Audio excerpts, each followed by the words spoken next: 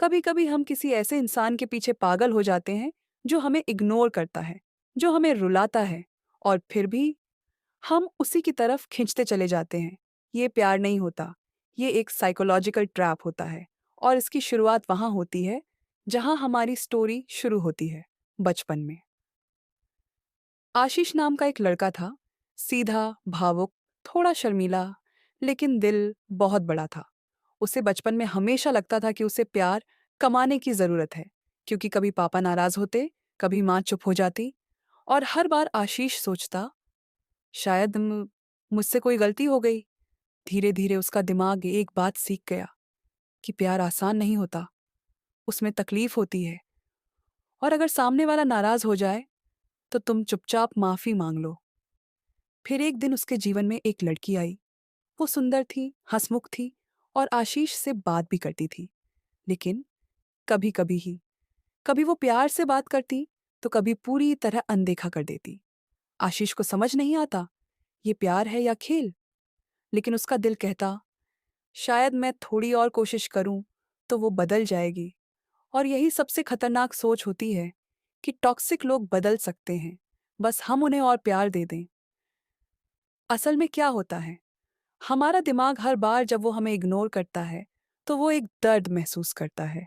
और जब वही इंसान दोबारा मुस्कुरा देता है तो डोपामीन रिलीज होता है, एक ऐसा केमिकल जो प्लेजर देता है। और हम उस इंसान की तरफ दोबारा भागते हैं जैसे नशे की लत हो। लेकिन ये सब सिर्फ बाहर का खेल नहीं होता, ये अंदर की एक भूख होती है। एक भूख मान लिए जाने की, एक भूख प्यार पाने की, वो प्यार जो हमें बचपन में पूरे मन से नहीं मिला। अब सवाल ये नहीं है कि टॉक्सिक लोग इतने स्ट्रांग क्यों होते हैं, सवाल ये है कि हम खुद को इतना कमजोर क्यों मान लेते हैं। क्यों हम हर बार उसी इंसान के लौटने का इंतजार करते हैं जिसने हमें सबसे ज्यादा तोड़ा था। अगर तुम भी कभी ऐसे रिश्ते में रहे हो जहां तुमने खुद को खो दिया, तो एक बात याद रखना, जिस प्यार में खुद से नजरें चुरानी पड़े, वो कभी सच्चा प्यार हो ही नहीं सकता।